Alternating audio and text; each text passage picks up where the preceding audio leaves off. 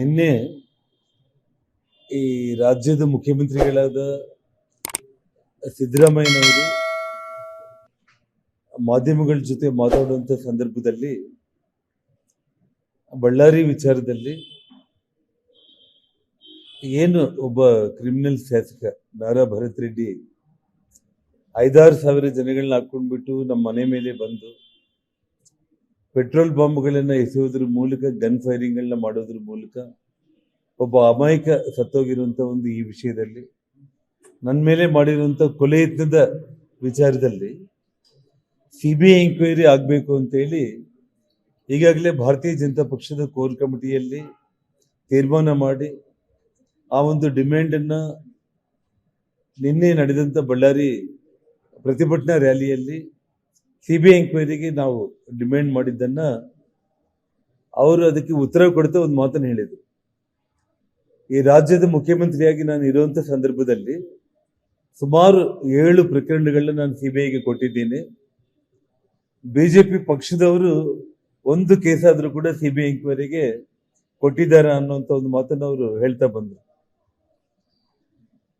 ಯಡಿಯೂರಪ್ಪ ಅವರ ಸರ್ಕಾರದಲ್ಲಿ ಎಷ್ಟು CBI ಕೇಸ್ಗಳನ್ನ ಕೊಟ್ಟಿದ್ದಾರೆ, ಸಿದ್ದರಾಮಯ್ಯ ಅವರ ಸರ್ಕಾರದಲ್ಲಿ ಎಷ್ಟು CBIಗೆ ಅವರು ವಹಿಸಿದ್ದಾರೆ ಅನ್ನೋ ಪ್ರಶ್ನೆಗಿಂತ ಕೂಡ ಸಿದ್ದರಾಮಯ್ಯ ಅವರಲ್ಲಿ ಒಂದು ಪ್ರಾಮಾಣಿಕತೆ, ಈ ರಾಜ್ಯದ ಮುಖ್ಯಮಂತ್ರಿಯಾಗಿ ಕಾನೂನು ರಕ್ಷಣೆ ಮಾಡೋದಕ್ಕೆ ನಾನು ನಿಜವಾಗ್ಲೂ ಕೂಡ ಕಂಕಣಬದ್ಧನಾಗಿದ್ದೀನಿ ಅಂತೇಳಿ ತೋರಿಸೋದಕ್ಕೆ 7 ಪ್ರಕರಣಗಳನ್ನ ನೀವು CBIಗೆ ಕೊಟ್ಟಿರುವಂಥ ಮಹಾನುಭಾವ ಈ ಪ್ರಕರಣವನ್ನ CBI ಎಂಕ್ವೈರಿ ಕೊಡೋದಕ್ಕೆ ಯಾಕೆ ಹಿಂದೇಟಾಗ್ತಾ ಇದ್ದೀರಿ ಅಂದ್ರೆ ನಿಮಗೆ ಇಷ್ಟೊತ್ತಿಗಾಗಲೇ ಗೊತ್ತಾಗಿದೆ ನಿಮ್ಮ ಶಾಸಕನಿಗೆ ಕೊಲೆ ಮಾಡಿಸಿದ್ದಾನೆ.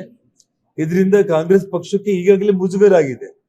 ಕೇವಲ 3 ಪ್ರೈವೇಟ್ ಗನ್ಮ್ಯಾನ್ಗಳನ್ನ ಅರೆಸ್ಟ್ ಮಾಡೋದ್ರ ಮೂಲಕ CIDಗೆ ಕೊಡೋದ್ರ ಮೂಲಕ ಇದನ್ನ ಕಂಪ್ಲೀಟ್ ಜನರು ಮರೆಯೋಂಗೆ ಮಾಡಬೇಕು, ಶಾಸಕರನ್ನ ಬಂಧನ ಮಾಡಬಾರ್ದು ಅನ್ನುವಂಥ ನಿಮ್ಮ ಒಂದು ಕೆಟ್ಟ ಯೋಚನೆ ಇವತ್ತು ಇದರಿಂದ ಬಹಿರಂಗ ಆಗ್ತಾ ಇದೆ.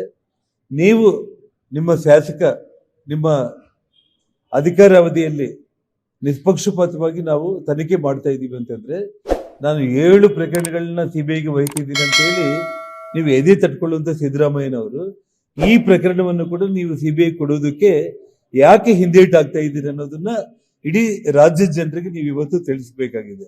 ಅದನ್ನ ಬಿಟ್ಟು ದಿಕ್ ತಪ್ಪಿಸುವಂತ ರೀತಿಯಲ್ಲಿ ವಿಷಯಾಂತರ ಮಾಡುವಂತ ಪ್ರಯತ್ನ, ಮಾತಿಗೆ ಗಣಿಗಾರಿಕೆ, ಪಾದಯಾತ್ರೆ, ನಾನು ಮಾಡಿದ್ದ ಉದ್ದೇಶ ಬೇರೆ, ಇವತ್ತು ಅವರು ಹೊಟ್ಟೆ ಕಿಚ್ಚಿಂದ ಪಾದಯಾತ್ರೆ ಮಾಡ್ತಾ ಇದ್ರಿ ಅಂತ ಸಿದ್ದರಾಮಯ್ಯ ಅವರು ಹೇಳ್ತಾ ಇದ್ದಾರೆ.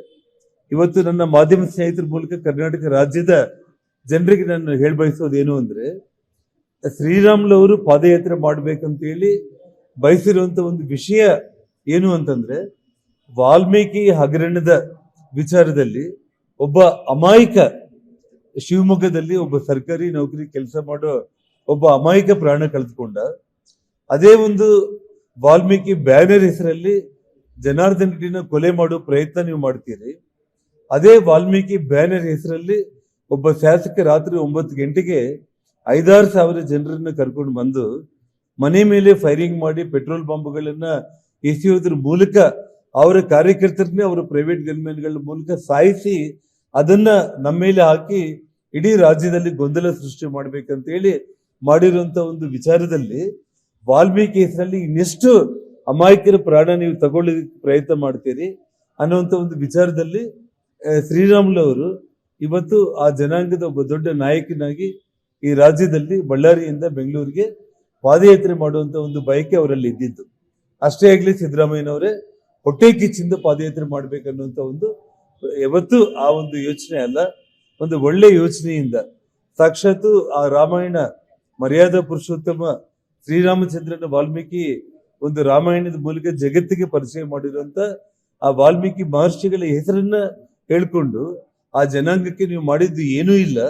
ಆದ್ರೆ ವಾಲ್ಮೀಕಿ ಹೆಸರಲ್ಲಿ ಇನ್ನೆಷ್ಟು ಮಂದಿ ಕೊಲೆ ಮಾಡ್ತೀರಿ, ಇನ್ನೆಷ್ಟು ಮಂದಿ ಪ್ರಾಣ ತೆಗಿತೀರಿ ಅಂತ ಹೇಳಿ ಆ ಒಂದು ಉದ್ದೇಶದಿಂದನೇ ಶ್ರೀರಾಮುಲು ಅವರು ಪಾದಯಾತ್ರೆ ಮಾಡ್ಬೇಕಂತ ಹೇಳಿ ತೀರ್ಮಾನ ಮಾಡಿದ್ದನ್ನ ಪಕ್ಷದ ದೃಷ್ಟಿಗೆ ತಗೊಂಡು ಬಂದಿದ್ದನ್ನ ಇವತ್ತು ಮಾಧ್ಯಮಗಳ ಮೂಲಕ ಸಿದ್ದರಾಮಯ್ಯ ಅವರ ಒಂದು ಪ್ರಶ್ನೆಗಳಿಗೆ ನಾನು ಉತ್ತರ ಕೊಡೋದಕ್ಕೆ ಇವತ್ತು ಈ ಮಾಧ್ಯಮಗೋಷ್ಠಿಯನ್ನು ಮಾಡಿರುವಂತದ್ದು. ಲೇಟೆಸ್ಟ್ ಹಾಗೂ ಇಂಟ್ರೆಸ್ಟಿಂಗ್ ಸುದ್ದಿಗಳಿಗಾಗಿ ಬಾಸ್ ಟಿವಿ ಕನ್ನಡ ಚಾನೆಲ್ನ ಸಬ್ಸ್ಕ್ರೈಬ್ ಮಾಡಿ.